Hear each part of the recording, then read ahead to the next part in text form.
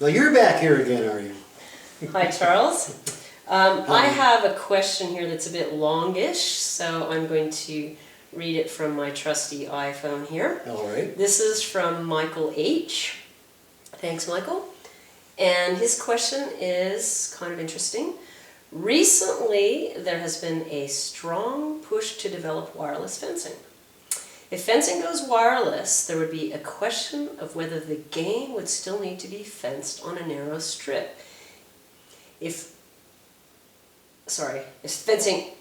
Whether the game would still need to be fenced on a narrow strip if reels were no longer a consideration. All right, yeah. And there has been some that have advocated a change to a circular piste as an alternative. What are his thoughts on what changes that would make to the game, and whether they would be good or bad for the evolution of the sport? Very, very good question. You're just loaded with good questions these days. Yeah, except they aren't mine. Yeah.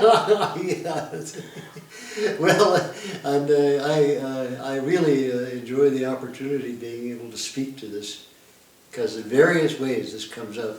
And if you can understand the answer I give you now, that'll give you a much better understanding of fencing, you see.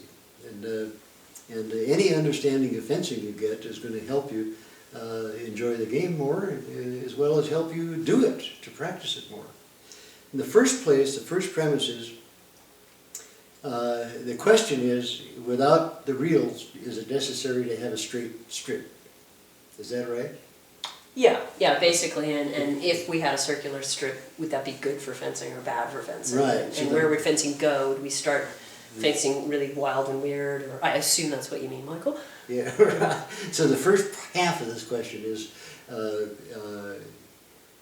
the straight strip necessary without the reels and the wires? Well, now let me say, the strips were not laid out straight to accommodate electrical fencing. Before there was reels, there were still straight strips.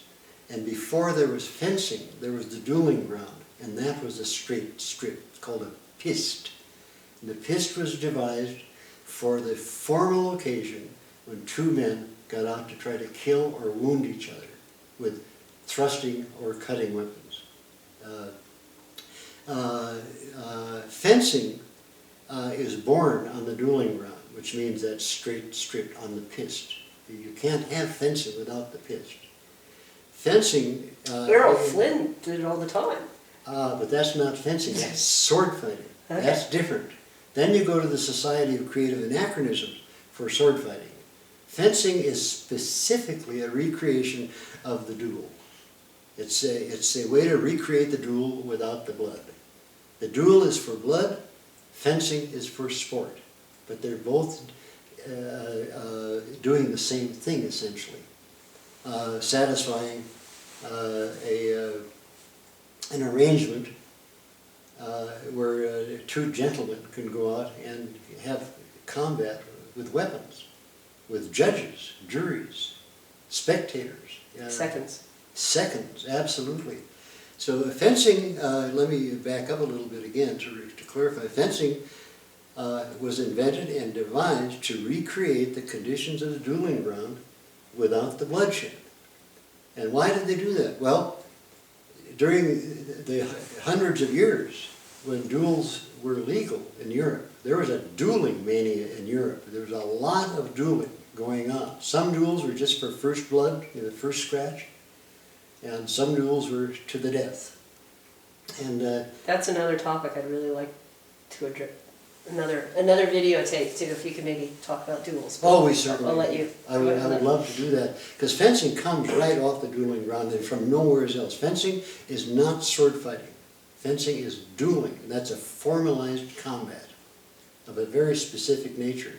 And the reason it was continued, dueling was continued as a sport, because some of the best minds in Europe went into figuring out the best way to dispatch somebody with a rapier, or with an épée, you see, or with a light saber. And there was an enormous amount of intelligence that was put into the methodology of this action, because the stakes were very high. Do you follow me? And if you had to face a duel this coming weekend, you'd get to the nearest fencing master and get some lessons as a means of at least trying to survive. Actually, I'd buy a ticket to Mexico if I had. Yeah, well, yes, I'd leave town. Yes, I would leave town. But in the old days, we couldn't do that, you know. There was a matter of honor involved, there was ego involved, you know, and these men got together, and in a few instances, women too. One of the greatest duelists in Europe was a woman. I don't know if you know that or not. No, I didn't. Yeah, we should talk about that. Well, we'll talk about that in the next. But anyway, the fencing strip is a recreation of the Piste, which was the ground that the duelist fought on, which meant a certain length, about 50 feet, and a certain width, about 4 feet. Some places 6 feet. And all of the action had to formally be done on that ground. The other thing is, with a thrusting weapon, there's no reason to move anywhere except forward and backwards. Sidestepping, bad news, because you certainly lose your capability for attacking if you're moving sideways. That's a defensive move, see? And if you lose your ability for attacking... Is that a Posada soda? Well, that's ducking. See, there are... Don't they go to the side too? Or is that... Incortada. Oh, Incortada, that's it, sorry. Yeah. Oh yeah, there. As long as you're on the strip, you see. You can't leave the strip. The action stops right there. Mm-hmm. And in the old days it did too, when they had sharp points. So let me just capsulize. Fencing, without the duel as its antecedent, doesn't exist. Fencing recreates the duel. Fencing is a theoretical duel. Fencing is not sword fighting as such. Now, if you want to fence in a circle, which they call the dynamic sphere, then you're talking about cutting weapons, swords, broadswords, machete-like short swords, chopping kind of things, you know. And thrusting weapons too, they had some of those too in those days.